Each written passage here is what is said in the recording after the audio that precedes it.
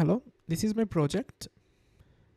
I'm using Mongo's Node.js and MongoDB to build backend blogging system server.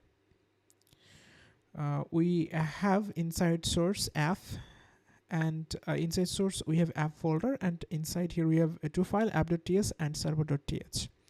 This is our server, and here this is our app. So it will start with the API. This is our API. Inside app we have here config folder. Inside config we have the configuration of .env for the development purposes, the variables that we need. Then we have error folders to handle all types of error. Then we have interfaces for error and index.th to modify JWT tokens type, and to add actually the namespace in the express. Then we have middleware auth, global error handler, is-admin, not found, valid request, etc. Then we have modules. Inside modules, we have admin modules, auth modules, blog, and users. So here inside admin modules, admin can controls his actions. Then we have the auth for authentications, for login registrations, and some restrictions. Then we have blog, and then we have users. We have routes here.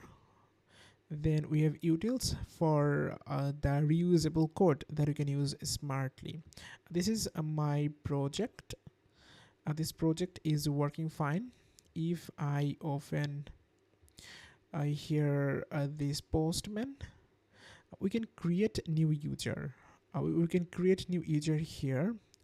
We register new user name. Then we have to provide here email. Then password. Then if we click on send, it will create new user.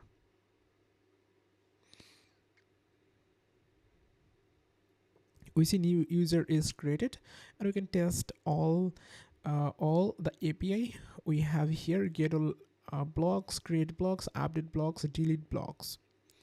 Also, the admin can block a specific user. Right. Since you have to make this video short, so I'm not going to go over every single details. All right. Thanks for watching this video.